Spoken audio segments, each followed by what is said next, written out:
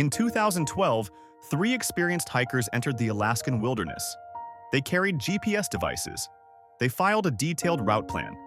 And they were supposed to return in 5 days. They never did. 2 weeks later, search teams found them deep in the forest, standing upright, tied to a tree. There were no signs of a struggle, no animal tracks, and no explanation that made sense. What happened to the missing hikers of Alaska remains one of the strangest wilderness mysteries ever reported.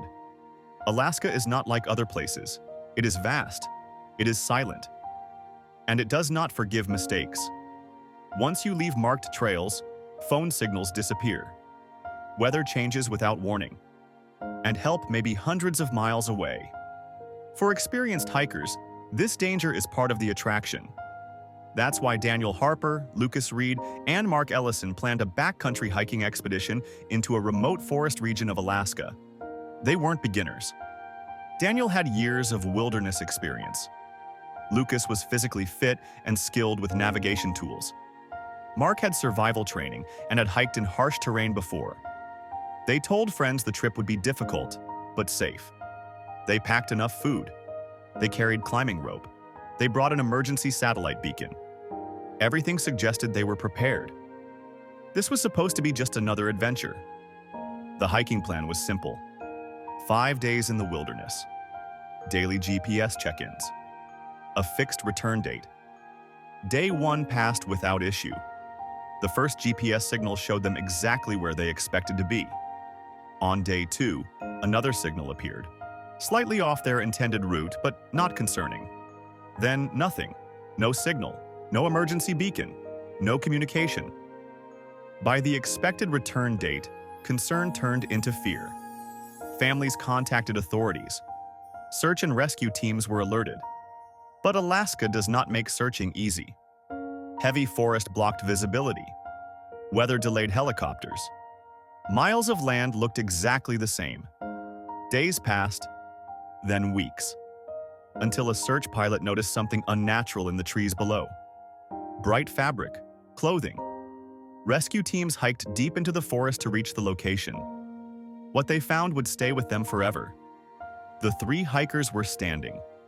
Each one was upright, secured to a tree using climbing rope from their own backpacks. They were not hanging. They were not visibly injured. They were simply there. Their backpacks sat nearby. Food supplies were untouched. Shoes were still on their feet. There were no signs of animal activity, no torn clothing, no blood.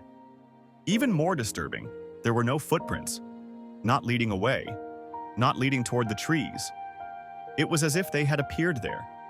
Investigators immediately noticed how unusual the scene was. Tying yourself to a tree is not a survival technique. It is not taught in hiking. It is not taught in military training. If they were exhausted or suffering from exposure, they would have collapsed. The knots were clean and secure, not rushed, not desperate. Supplies were untouched. There were no signs of starvation or panic. Weather records showed no extreme storm during that period. Wildlife experts ruled out animals. There was no evidence of another group nearby. The official report would later state only one phrase: cause undetermined. Theories began to spread almost immediately. Some suggested cold-induced confusion, but temperatures were not extreme, and all 3 men would have had to behave the same way. Others believed another human group was involved, but there were no tracks, no campsites, no missing equipment. Some proposed psychological breakdown, but their actions were coordinated, calm, methodical. Then there were the theories no one wanted to say out loud: sudden disorientation, unexplained fear, something causing them to act against instinct. There was no evidence, but there was also no explanation. The case slowly faded from public attention. No suspects, no conclusions, no closure. Families received their belongings, files were archived. Search members later admitted the scene felt wrong, not like an accident, not like nature. Even today, hikers in that region report strange sensations: losing direction, sudden silence, the feeling of being watched. Alaska doesn't need legends. Its emptiness is enough. 3 men entered the wilderness prepared for nature, but whatever happened to them was not something they understood. and somewhere deep in that forest, the truth remains untouched. Waiting,